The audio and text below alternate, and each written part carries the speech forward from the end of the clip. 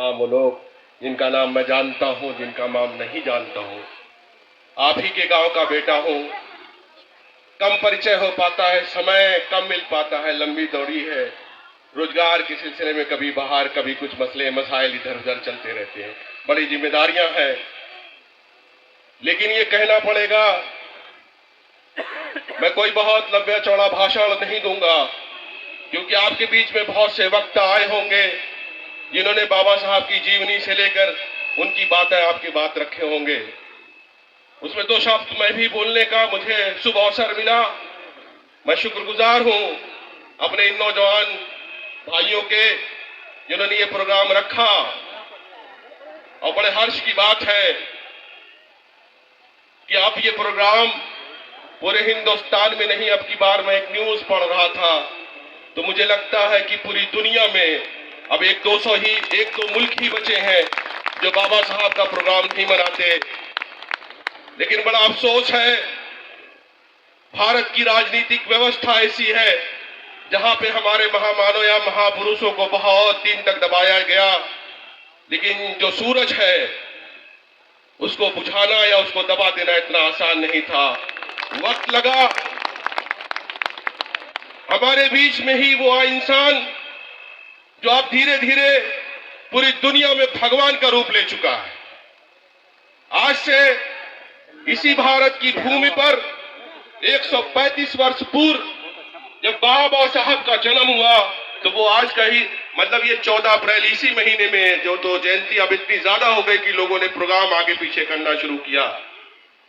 135 साल बाद किसी को याद करना तो कितना महान व्यक्ति होगा।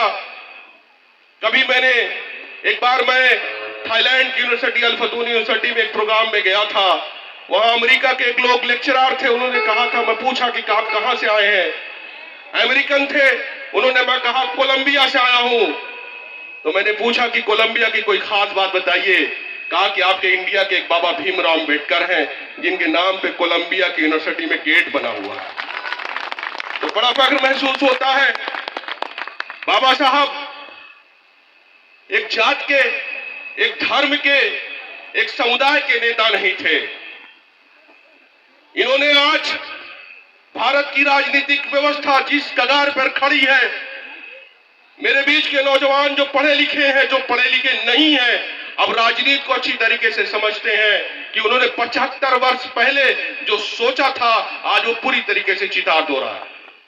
आज हर समाज, मैं खास तौर से बात करना चाहता हूं कि ये समाज जो सदियों का सताया हुआ समाज था, बाबा साहब ने इसको भांप लिया था। उन्होंने कहा था कि जब हमारा देश, जो उन्होंने रूपरेखा तैयार की थी, एक मीटिंग में उन्होंने बात कहा था, जब लॉर्ड माउंटबेटन ने इस प्रस्ताव को रखा था कि भारत का संविधान कौन बनाएगा, एक आवाज उठी तो उस वक्त बड़े बड़े नेताओं ने अपना मुंह आगे पीछे इधर उधर देखने लगे कि मीटिंग में उन्होंने कहा कि समय बहुत कम है, संविधान लिखने में तो 2 साल लगा, लेकिन समय कम है, हमें ड्राफ्ट फौरन चाहिए।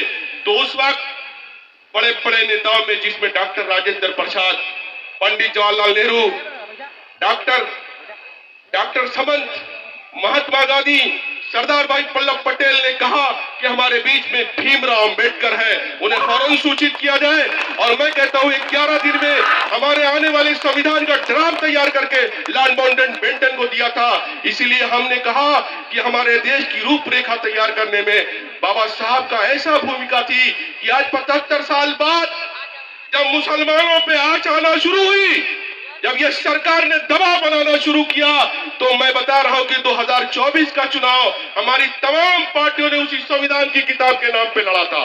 अगर ये बात गलत है तो मैं अपनी बात वापस लेने के लिए तैयार हूं, लेकिन पता नहीं दुनिया में कितनी किताबें लिखी गई होंगी, लाखों किताबें लिखी गई, लाखों ड्राफ्ट तैयार हुए, लाखों लेखक आए, लेकिन एक ऐसी किताब जिसे संविधान के नाम से जानते हैं, मैंने देखा कि 2024 में हमारी कांग्रेस पार्टी के राष्ट्रीय अध्यक्ष राहुल गांधी हो, हमारी बहन कुमार महात्मा गांधी जी हो, हमारे माननीय अखिलेश यादव जी हो, सबके हाथ में वही संविधान की किताबें थी।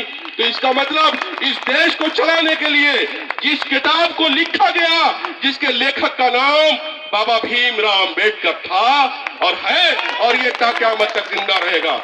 हम उनके शुक्रगुजार हैं। आज मौका मिला तो मैंने कहा पहुंचूं, तो मैं बस इतना बात को करना चाहता हूं कि बाबा साहब को अगर हम अपने जीवन में उतारना है तो हमें उनकी बताई हुई बातों को याद रखना होगा, उनकी किताब को पढ़ना होगा। जबकि संविधान की बात तो हम करते हैं लेकिन पढ़ने नहीं चाहते कि उसकी मूल भावना क्या है। उसकी मूल भावना ये थी 75 वर्ष पहले लिखी हुई बात पर, जिसमें आज भी भारत दुनिया का सबसे बड़ा गणतंत्र, सबसे बड़ी लोकतांत्रिक देश जिस किताब के भरोसे चलता है, उस संविधान का मूल प्रति ये है कि हमारी समानता वो सामाजिक हो, आर्थिक हो, वो एक होगी। हम धर्मनिरपेक्ष रहेंगे। हम दुनिया के बीच में दुनिया की सबसे बड़ी आबादी होने जा रहे हैं, जिसमें एक मोती की तरह एक माला में पिरोए जाएंगे, वो संविधान है। और वो संविधान की सोच बाबा भीमराव अम्बेडकर है।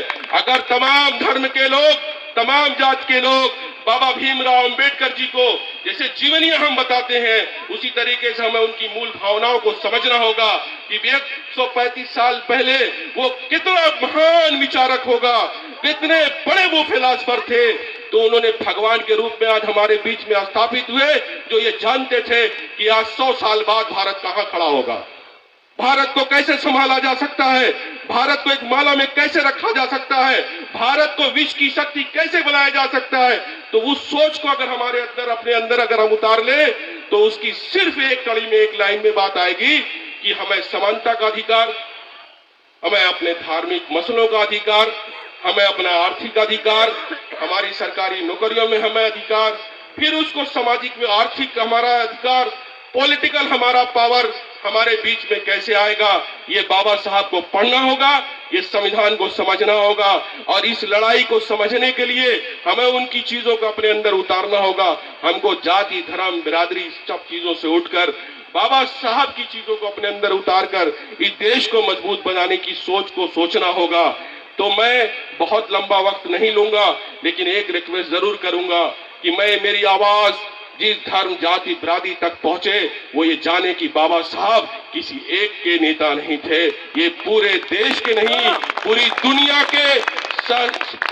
दुनिया के निब्रोध नेता माने जाते हैं। और धीरे धीरे पूरी दुनिया में उनकी जयंती मनाई जाती है, उनकी बातें कही जाती हैं। हम तो उनको अब कोई सम्मान नहीं कर पाए, बाबा साहब का हम सम्मान नहीं कर पाए। वो जो सम्मान के लायक थे, भारत अभी भी उनको भारत रत्न देने में वक्त लगाया। भारत के बाहर जब बाबा भीम, दो ही लोग को जानते हैं, भारत के बाहर जब बात करेंगे सिर्फ दो नाम आएगा, और भारत में अगर सबसे पढ़े लिखे का नाम लिया जाता है तो बाबा भीमराव अम्बेडकर हैं, जो एक वक्त में सबसे ज्यादा डिग्रियां रखते थे। तो इसका मतलब है, आप इस बात को समझिए कि जिस तरीके से हमारे नौजवान आज रास्ते पे खड़े होकर कभी सरकार को कोसते हैं, कभी व्यवस्थाओं को कोसते हैं, कभी अपनी आर्थिक चीजों को लेकर सोचते हैं कि हमारे पिता गरीब हैं, हमारी माता ऐसी थी, हमारे पास अवसर नहीं था, हमें दबाया गया था। तो आप जानते हैं कि भारत की व्यवस्था 100 साल पहले कैसी रही होगी, जिसके बीच में एक आदमी ने भारत से निकलकर लंदन और अमेरिका पढ़ने के बाद भारत के संविधान लिखने की हिम्मत किया। तो हमें उनसे ये सीख लेते हुए इस बात को हमें उनको अपना आइडियल मानना होगा। जैसे मैं पूरे मन से इस बात को कहता हूं कि मैं बाबा भीमराव अम्बेडकर जी को अपना आइडियल मानता हूं, मैं भी आपके बखरा के इसी गांव से, इसी जमीन से गरीबी की सीमा को चीरकर अपना एक मुकाम बनाने की कोशिश करता हूं, क्योंकि मेरे सामने बाबा भीमराव अम्बेडकर जी खड़े होते हैं। इन्होंने कोई एक्सक्यूज नहीं दिया, यहां से लेकर अंदर लंदन, कोलंबिया, अमेरिका, न जाने कहां कहां पहुंचकर, और एक बहुत छोटी सी उम्र में जो 1891 से लेके 1956 तक का सफर करते हैं, उसके बीच में उनके पास 20 डिग्रियां रही होंगी। तो मैं अपनी बात को समाप्त करते हुए बहुत बहुत शुक्रिया तमाम लोगों का। जय भीम, जय बुद्धाय।